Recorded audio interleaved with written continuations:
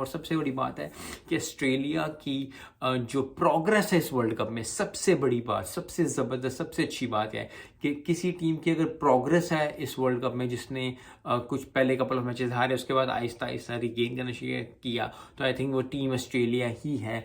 Team Australia ने करके दिखाया। और फिर वही बात है, मैं हमेशा ये कहता हूँ कि क्रिकेट से इंसान बहुत कुछ सीखता है, क्योंकि शुरू में अगर आप कोई भी काम कर रहे हो, चाहे वो जॉब कर रहे हो, चाहे आप स्कूल आपने डिफरेंट चेंज किया, आपने कॉलेज में, आप यूनिवर्सिटी में हो, आपने जॉब शुरू किया, आपने जो है बिजनेस स्टार्ट किया है, शुरू में अगर आपको थोड़ा सा आप डाउन होते हो, शुरू से आपका चलता नहीं है, तो बहुत ज़्यादा लोग छोड़ देते हैं, लेकिन हिम्मत नहीं हारनी चाहिए।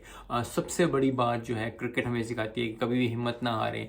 हमने बहुत ज़बरदस्त मैचेस देखे। आई थिंक मेरे लिए फेवरेट मैच तो वही रहेगा, पाकिस्तान वर्सेस साउथ अफ्रीका का। I think one of the top matches, जो मैच पे मैच था वो वही था इस वर्ल्ड कप का। आगे भी मैं